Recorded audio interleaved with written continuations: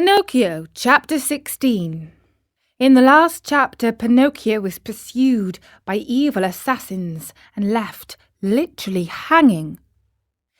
In this chapter, the lovely maiden returns. Can she save him?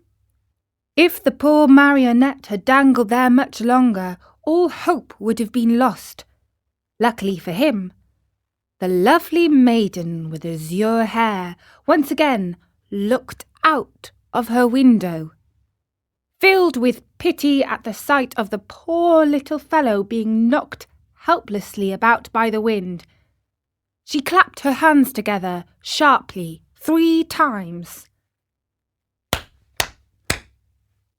At the signal, a loud whir of wings in quick flight was heard, and a large falcon came and settled itself on the window ledge.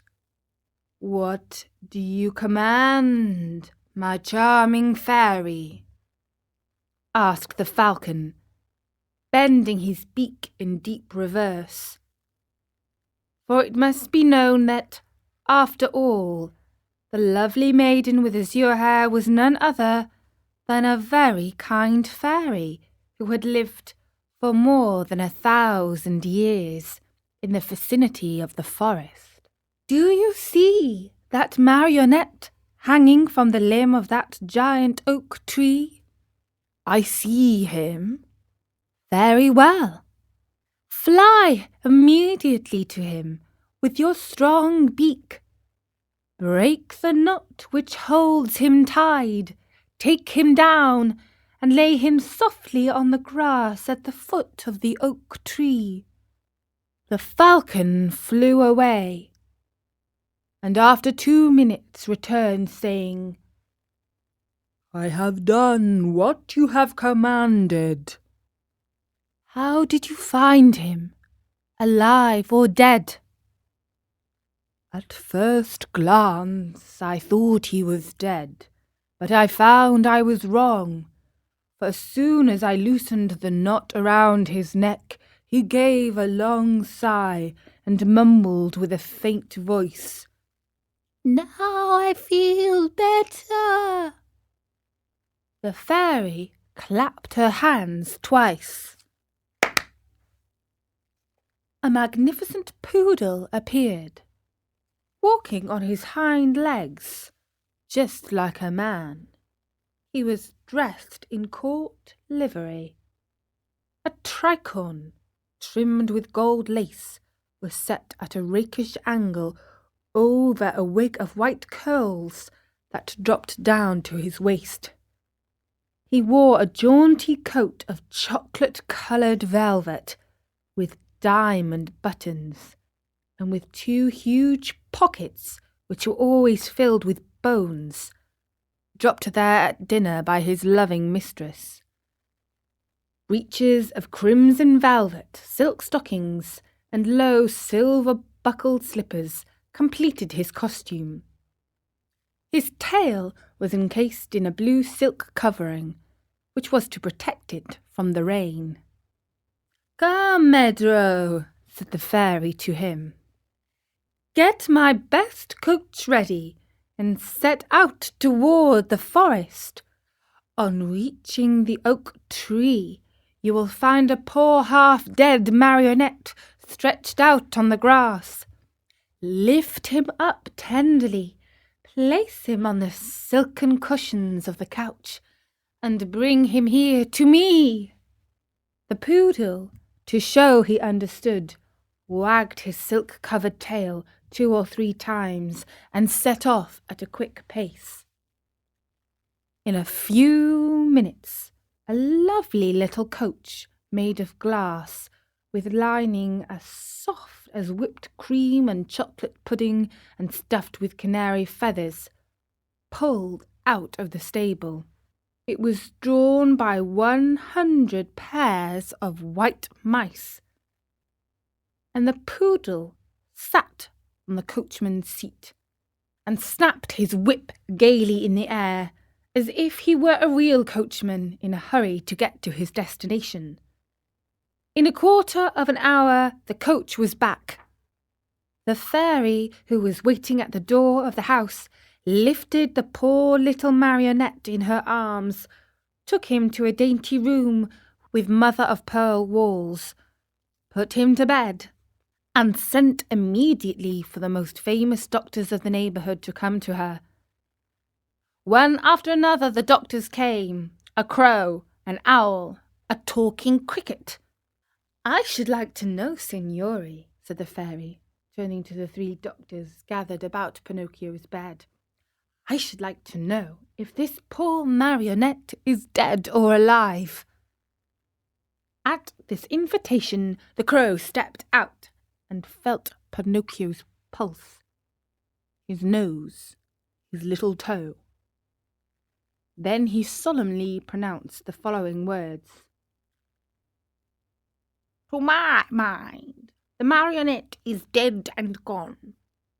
By any evil chance he were not, then that would be a sure sign that he is still alive."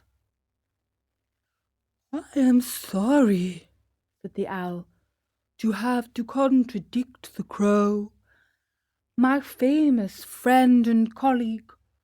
To my mind this marionette is alive, but if any evil chance he were not, then that would be a sure sign that he is wholly dead." "And do you hold any opinion?" the fairy asked the talking cricket. "I say that a wise doctor, when he does not know what he is talking about, should know enough to keep his mouth shut. However, the marionette is not a stranger to me. I have known him a long time." Pinocchio, who until then had been very quiet, shuddered so hard that the bed shook. "That marionette," continued the talking cricket, "is a rascal of the worst kind." Pinocchio opened his eyes and closed them again. "He is rude, lazy, a runaway." Pinocchio hid his face under the sheets. "That marionette is a disobedient son who is breaking his father's heart." Long, shuddering sobs were heard, cries and deep sighs.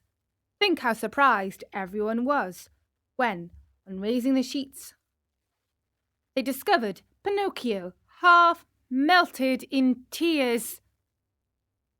"When the dead weep, they are beginning to recover," said the crow solemnly.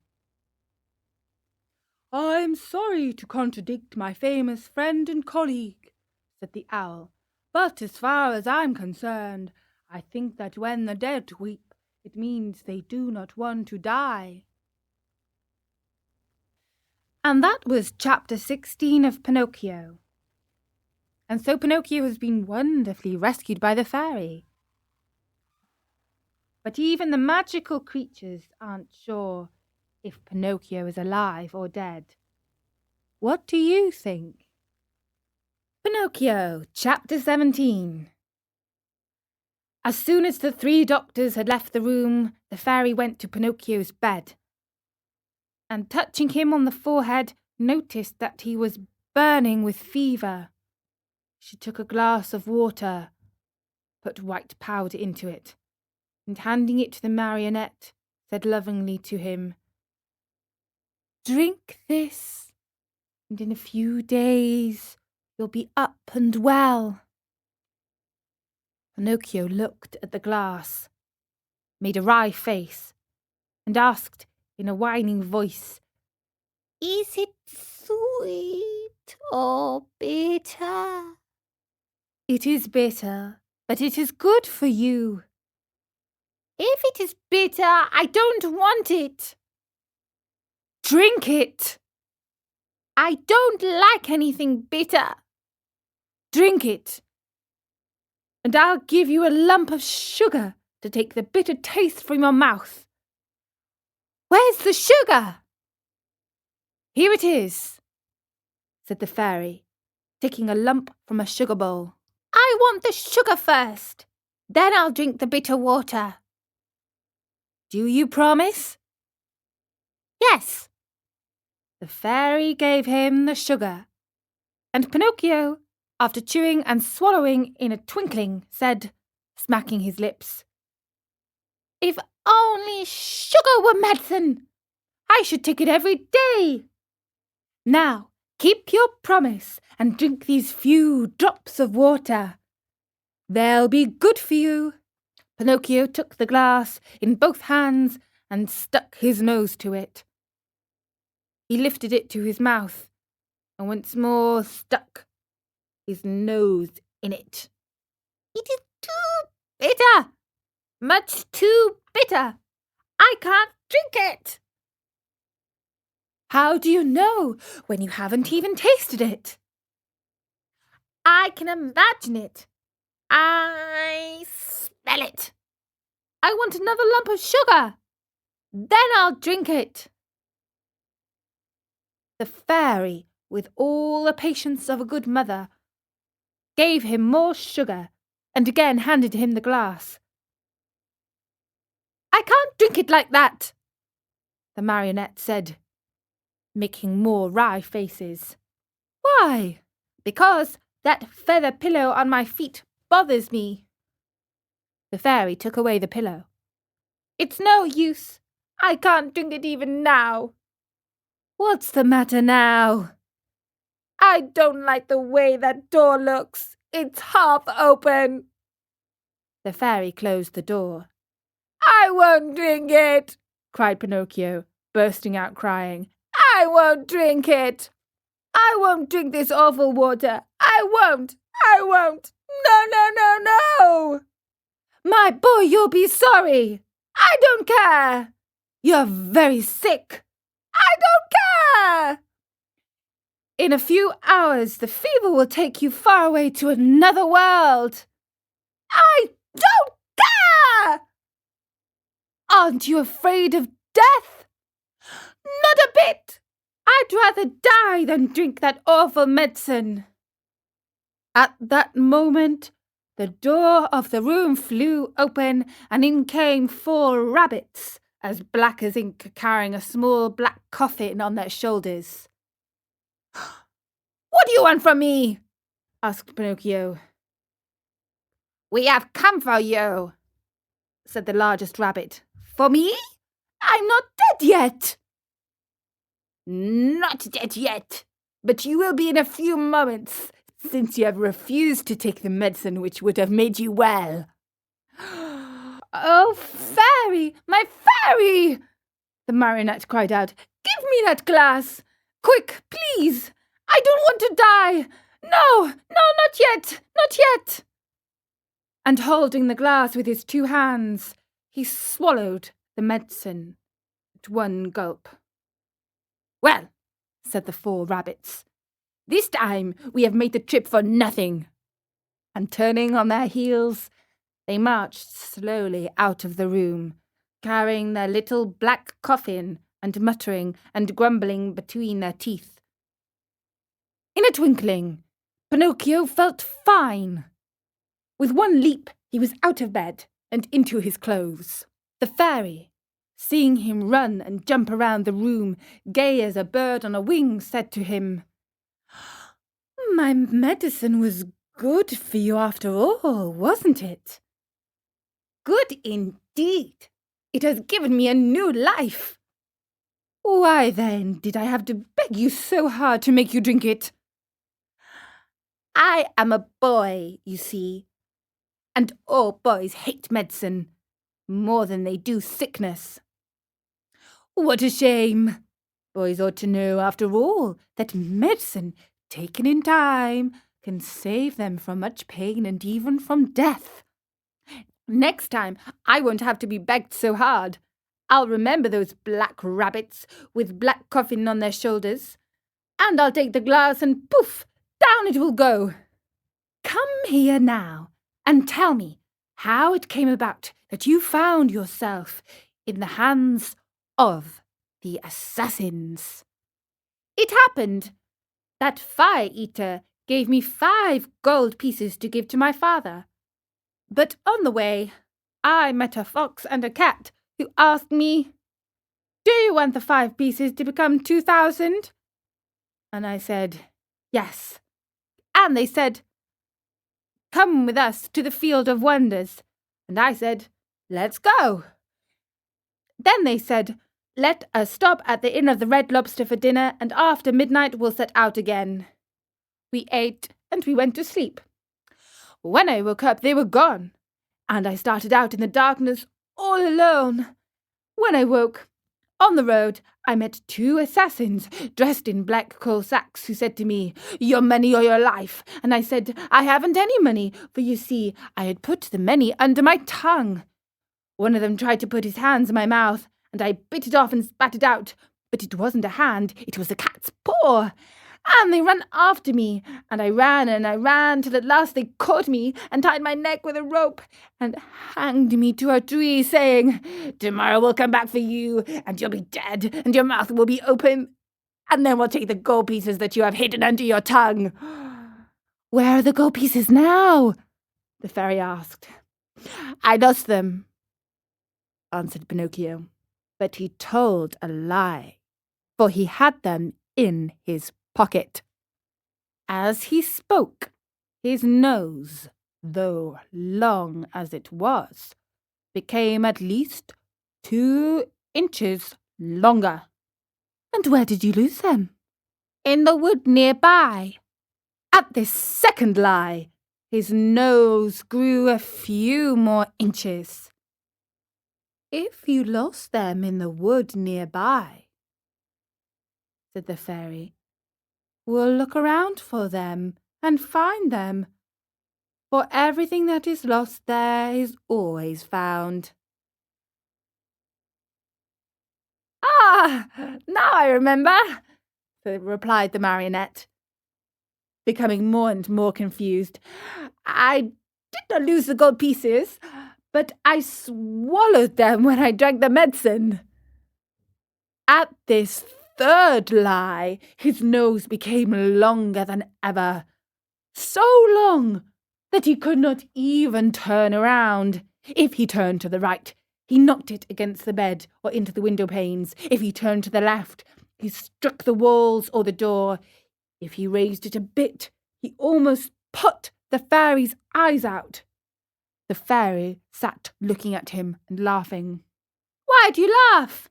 the marionette asked her, worried now at the sight of his growing nose. "I'm laughing at all your lies." "How do you know I'm lying?" "Lies, my boy, are known in a moment. There are 2 kinds of lies, lies with short legs and lies with long noses. Yours, just now, happens to have long noses." Pinocchio, not knowing where to hide his shame, tried to escape from the room, but his nose had become so long that he could not get it out of the door. And so Pinocchio has learned the consequence of lying. And he's now a puppet with a very long nose. To see if it could possibly get even longer, come back for the next chapter on storynori.com.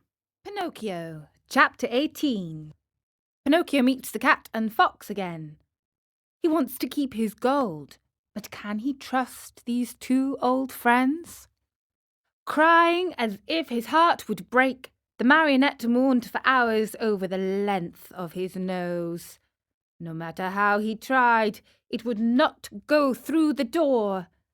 The fairy showed no pity to him, as she was trying to teach him a good lesson, so that he would stop telling lies, the worst habit anyone may acquire. But when she saw him, pale with fright, and with his eyes half out of his head from terror, she began to feel sorry for him, and clapped her hands together. 1,000 woodpeckers flew in through the window and settled themselves on Pinocchio's nose.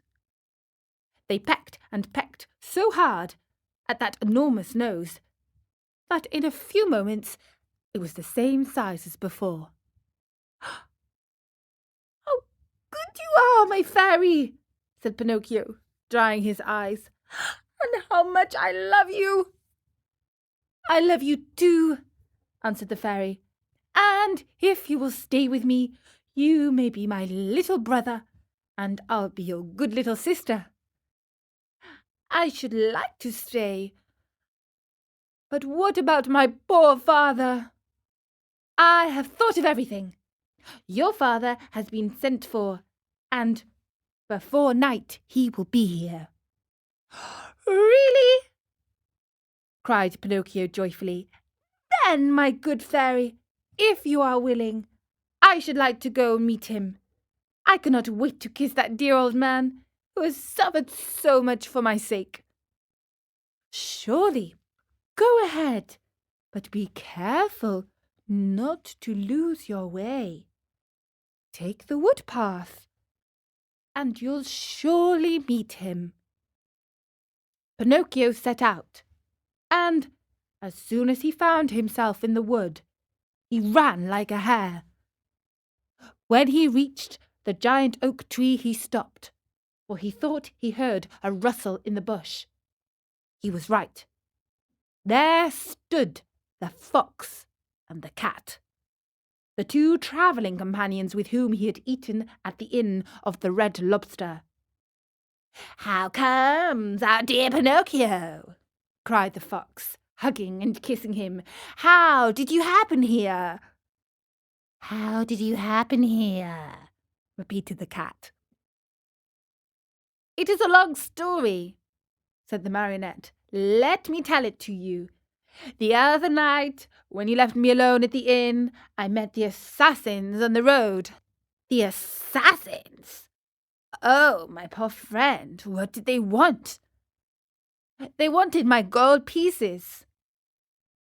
"Rascals!" said the fox. "The worst sort of rascals," added the cat. "But I began to run," continued the marionette, "and they after me, until they overtook me and hanged me to the limb of that oak." Pinocchio pointed to the giant oak near by. "Could anything be worse?" said the fox.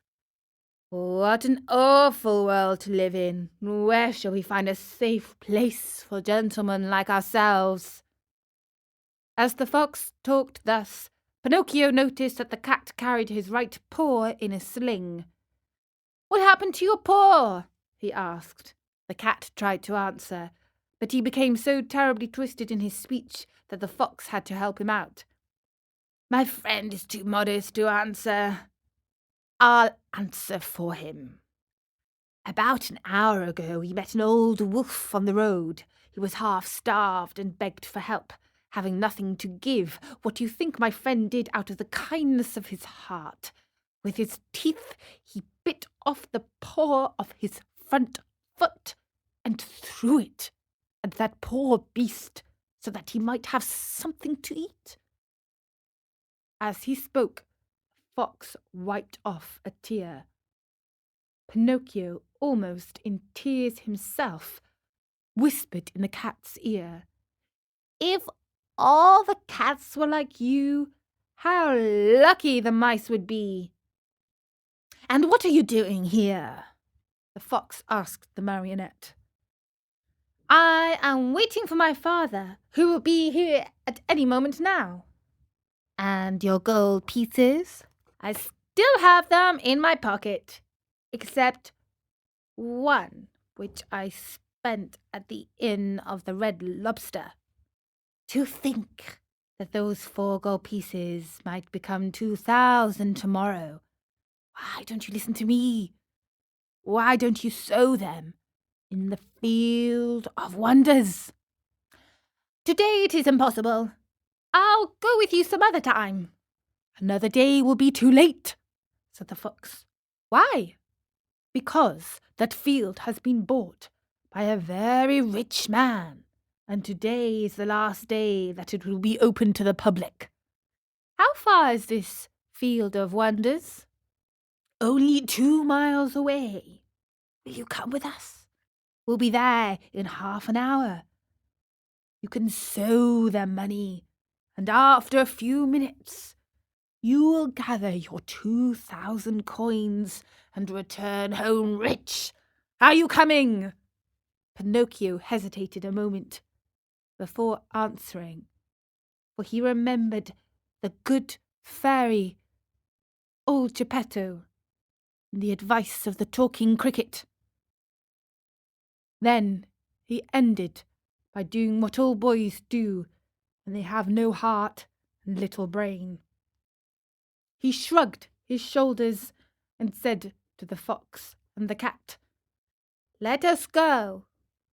I am with you." And they went. They walked and walked for half a day at least, and at last they came to the town called the City of Simple Simons. As soon as they entered the town, Pinocchio noticed that all the streets were filled with hairless dogs, yawning from hunger, with sheared sheep trembling with cold, with combless chickens begging for a grain of wheat, with large butterflies unable to use their wings because they had sold all their lovely colours, with tailless peacocks ashamed to show themselves, and with bedraggled pheasants scuttling away hurriedly, grieving for their bright feathers of gold and silver, lost to them for ever. Through this crowd of paupers and beggars, a beautiful coach passed now and again. Within it sat either a fox, a hawk, or a vulture. "Where is the Field of Wonders?" asked Pinocchio, growing tired of waiting. "Be patient. It is only a few more steps away." They passed through the city, and just outside the walls they stepped into a lonely field, which looked more or less like any other field. "Here we are," said the fox to the marionette. "Dig a hole here and put the gold pieces into it." The marionette obeyed. He dug the hole, put the 4 gold pieces into it, and covered them up very carefully. "Now, go to that nearby brook. Bring back a pail full of water and sprinkle it all over the spot." Pinocchio followed the directions closely, but as he had no pail, he pulled off his shoe, filled it with water, and sprinkled the earth which covered the gold. Then he asked, "Anything else?" "Nothing else," answered the fox. "Now we can go. Return here within 20 minutes, and you will find the vine grown and the branches filled with golden pieces." Pinocchio, beside himself with joy, thanked the fox and the cat many times and promised them each a beautiful gift. "We don't want any of your gifts," answered the rogues. "It is enough for us that we have helped you to become rich with little or no trouble. For this we are as happy as kings." They said goodbye to Pinocchio, and, wishing him good luck, went on their way. And that was chapter 18. And so Pinocchio has reached the Field of Wonders and has sowed his gold. Let's hope it was a wise thing to do. Find out in the next chapter, Pinocchio, on storynori.com.